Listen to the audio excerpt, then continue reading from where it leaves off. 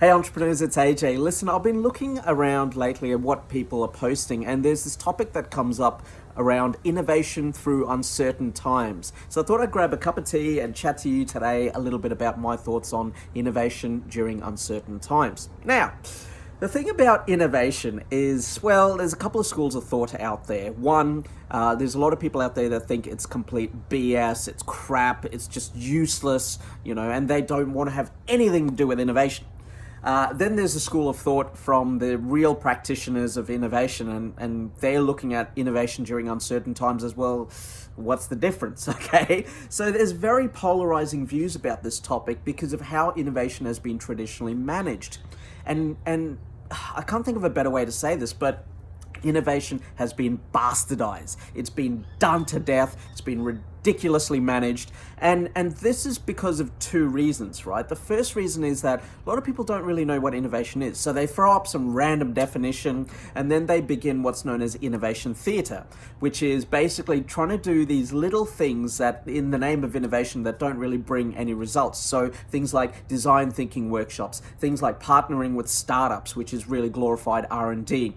And then you've got also my favorite, which is creating collaborative workspaces so that ideas can collide and innovation through that. Well, that's all innovation theater. It doesn't really result in tangible results for the business or the organization. And this is why now, today, you're seeing very little people, very few people talk about these things in the name of innovation. And look, they are important to have. Each one of those things is important, but because they've been labeled innovation and they haven't resulted in anything tangible for the business or the organization, the term innovation has been bastardized in those ways. The second way it's been bastardized is that you've got leaders out there talking about innovation, but they don't really know exactly what it is. And so they're doing all this transformation and change, which is failing because they forget to bring people along on the journey, right? So as a result, a change is announced in an organization and if it's been done before, it's been rehashed before, people are pissed off that they haven't actually experienced change. They haven't experienced what they were promised, so they've been let down, and as a result, innovation's bastardized. So now we are in this position where you have to innovate or you're gonna die, right? And that's what's really interesting about these times. It's because those who have never practiced innovation before, those who have never really thought about it or just mildly curious about it, well, they're forced to change the way they do their business. They're forced to really think of new ways purely for business survival, because the sense of urgency is just massive now. It's basically innovate or die, right? And look, I always hate it when a business closes its doors, but look, that's the real difference between businesses and entrepreneurs. Like, businesses are transactional. You have a product or a service, you exchange it for money, happy days. Entrepreneurial think is about solving problems, and those businesses that have always been used to solving problems because of their culture, even within the organization, they're always thinking about how can we do things better? How can we improve? How can we do all this amazing stuff? And I'm staying away from disruptive innovation because that's a whole nother kettle of fish, right? But I really want to chat to you today about this whole concept of what does actually innovation mean? How can we look at innovation in a practical way that allow you to survive and thrive in business, wherever you're at, whether you're a small business struggling or whether you're a larger organization thinking about what the future of business is going to be. So I want to chat to you about that. So if you have a look at what is innovation, there's a whole bunch of crap out there, right? So I developed a really simple, not really a definition, but a formula. Okay, so the way I view innovation is really, it's a bridge between where you are right now and where you want to be.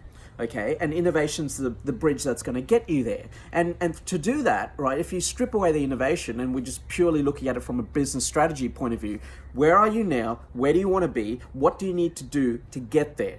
Okay, so you're going to experience challenges and have to solve problems in order to get from where you are to where you want to be. What's stopping you from being there? Okay, so that's the context of your innovation. Innovation needs a context. Okay, so the context is point A to point B. How do we get from where we are to where we want to be? Okay, that's the context. Okay, now from a practical perspective, how do we do that? Well, we need to solve problems. And so instead of defining innovation as a term or an adjective rather, okay, I've defined it as a formula. Innovation equals creativity plus entrepreneurship. First bit, the creativity. You need to have ideas, okay? You need to really think about what sort of ideas could solve the problems that we've got. Okay, so that involves could be design thinking workshops, or it could be, creative brainstorming processes. There's a whole bunch of tools and techniques that you can use out there, but it's about coming up with ideas to solve this problem. Okay, remember, contextual, okay? Contextual, innovation's contextual. Where are we at right now? Where do we want to be? What's preventing us from getting there? And that's where we come up with creative ideas. Really think deep and tap into your sense of playfulness and creativity. And it doesn't matter what you put on the board at this point in time. Now, the second bit of the formula is the entrepreneurial part, and that is really where most organizations fail, because there's a whole bunch of ideas in this area, creativity, okay? But how do you implement these ideas in a way that actually generates results? So you develop your entrepreneurial mindset, you use the techniques that are built in for you in the entrepreneurial mind framework, and you work through it and you implement these ideas. Most importantly, you communicate them in such a way to get buy-in. Okay, so go have a look at my videos around the entrepreneurial mind and you'll see how that framework works. Okay, so innovation equals creativity plus entrepreneurship, and if you do that, that is how you innovate. Whether it's certain times, uncertain times, doesn't really matter, right? You think like an entrepreneur and you can overcome anything that's put in front of you. I want to share a quick story of what that means from a practical perspective, because I know there's a few of you going, well, that's all great in theory, but give me some damn case study, AJ. All right, well, here's your damn case study, okay? A few years ago, a really good mate of mine was doing exceptionally well. At the time he was a small business and he was doing property maintenance, and he had a few contracts with government agencies, whatever, to maintain all their properties, and life was good, money was flowing, it was brilliant.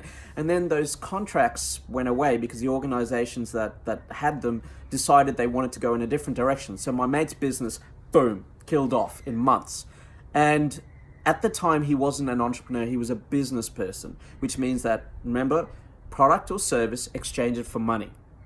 That's all he was thinking. So he had contracts in place which secured money, and that was it. He wasn't thinking outside the box, he wasn't doing anything like that. And when the opportunities went away, his business died. And he became quite upset and quite depressed about this, because he was literally at the point where he was going to have to sell his family home, and then he was upset, right? And I used to go drinking with this guy.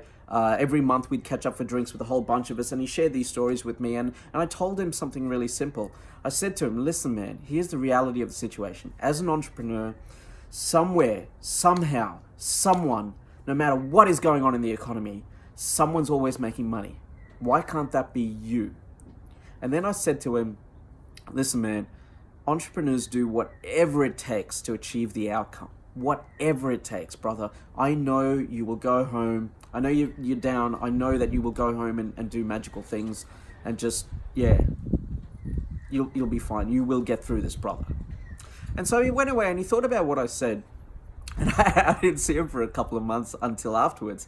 And we caught up again at one of our drink sessions, and he was a changed man. He was completely changed. He was now a large Scandinavian woman. No, I'm kidding, right? No, it's still the same guy. But he went home and he thought about what I said. And what that looked like to him was that he suddenly realized that before he started this property maintenance business, he had a motorcycle washing business for Australia Post, right? So he was the guy that washed all their bikes. And then he realized that he still had all this equipment. He had all the pressure washing equipment. So he got that pressure washing equipment. He modified his trucks, his utes, to create a mobile bin washing business. And all of a sudden, he made more money than he ever did before.